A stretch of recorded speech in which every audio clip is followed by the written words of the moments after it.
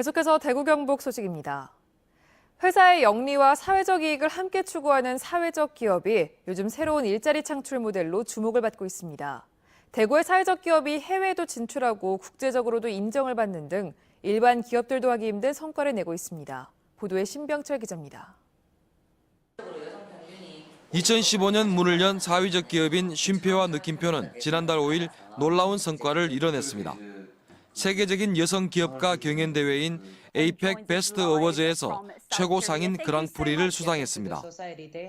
고학력 경력 단절 여성들에게 전문 분야 강사와 같은 100여 개의 고급 일자리를 만들어주는 건데 지난해에는 매출이 1년 전보다 500% 증가했습니다.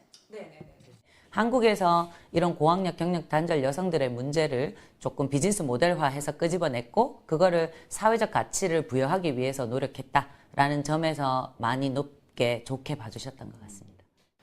2014년 사회적 기업으로 문을 열어 대구의 게스트하우스라는 영역을 개척한 공감 시즌은 새로운 도전에 나섰습니다.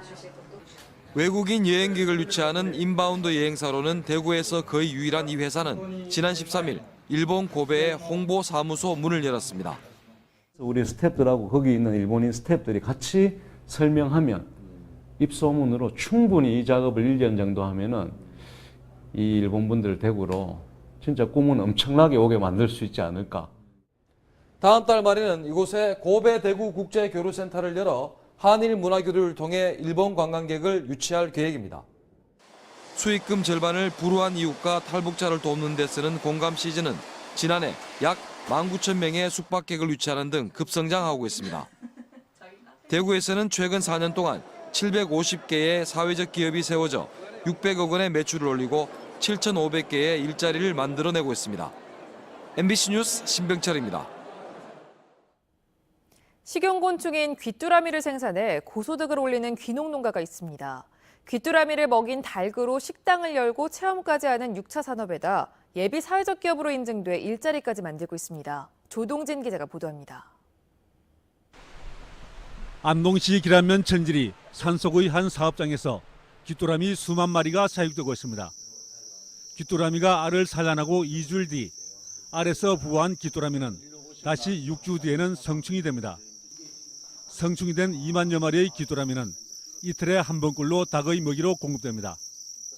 귀뚜라미에는 아연과 오메가, 지방산, 키틴 성분이 함유되어 있는 것이 학술적으로 입증이 되고 있습니다. 그래서 귀뚜라미를 먹은 닭은 항생제를 쓸 필요가 없습니다. 귀뚜라미의 키틴이나 오메가 이런 성분 때문에 닭의 면역력이 좋아졌고 그로 인해서 폐사율이 굉장히 적어졌습니다. 2014년 귀농한 김홍중 씨는 귀뚜라미를 먹은 닭으로 직접 식당을 운영하거나 다른 농가에 공급하고 있습니다. 김 씨는 앞으로 닭백숙 전문점을 확대하고 귀뚜라미를 직접 먹을 수 있는 식품으로 개발해 공급할 계획입니다. 식용곤충인 귀뚜라미를 대량으로 생산해서 닭 농가의 사료로 분말로 만들어서 이렇게 공급할 계획을 가지고 있고요. 그리고 사람도 먹을 수 있게끔 환이나 그리고 분말로 만들어서 상품화 시킬 계획을 가지고 있습니다. 김 씨의 사업장은 6차 산업으로 선정돼 직접 식용곤충을 생산하고 식당과 동물 체험장까지 운영하면서 지난해 8억 원의 매출을 올렸습니다. 특히 지난해 예비 사회적 기업으로 인정돼 취약계층 8명을 고용하면서 일자리 창출까지 하고 있습니다. 식용곤충을 활용한 이색적인 농가 사업이 곤충 산업에 뛰어드는 신생 농가에 큰 희망을 주고 있습니다. MBC 뉴스 조동진입니다. 구미경찰서는 동거녀를 흉기로 찔러 살해한 혐의로 28살 A씨에 대해 구속영장을 신청했습니다. 경찰에 따르면 A씨는 오늘 낮 1시 30분쯤 구미시 비산동의 한 아파트에서 말다툼을 하다가 동거녀 25살 B씨를 흉기로 찔러 숨지게 한 혐의를 받고 있습니다. A씨는 범행 후 경찰에 자수했습니다. 경북지방경찰청은 가을 행락철을 맞아 고속도로와 국도에서 대형 버스와 화물차 교통사고를 예방하기 위한 단속을 강화합니다. 고속도로에서 졸음운전으로 인한 교통사고를 막기 위해 화물차와 대형 버스 운행 기록을 분석해 휴게 시간을 지키지 않는 행위와 최고속도 제한 장치를 무단으로 해제하는 행위를 단속합니다. 암행 순찰차와 드론을 투입해 차 안에서 술을 마시거나 춤을 추는 행위, 때를 지어 운행하는 행위도 집중 단속합니다. 5번과 28번, 34번 같은 주요 국도에도 교통 사이드카를 집중 배치해 과속과 신호 위반, 중앙선 침범 등에 대한 현장 단속과 캠페인을 벌입니다. 유일한 법적 독도 주민인 김성도 씨가 오늘 새벽 지병으로 세상을 떠났습니다. 경상북도에 따르면 김 씨는 오늘 새벽 1시 20분쯤 지병 치료를 위해 입원했던 서울 아산병원에서 숨졌습니다. 올해 78살인 김 씨는 지난 1965년 독도에서 생활을 시작해 1991년 독도로 주민등록을 등재했으며 2014년 1월 독도 주민 최초로 국세를 납부하며 독도가 우리나라 영토라는 사실을 국제사회에 널리 알렸습니다. 미성년자를 대상으로 한 성매매 사건이 증가하고 있지만 대구지검의 기소율은 40%에 불과합니다.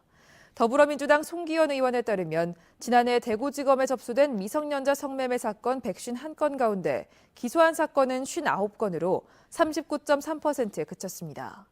수원지검은 46%, 인천지검은 42%를 기소했습니다.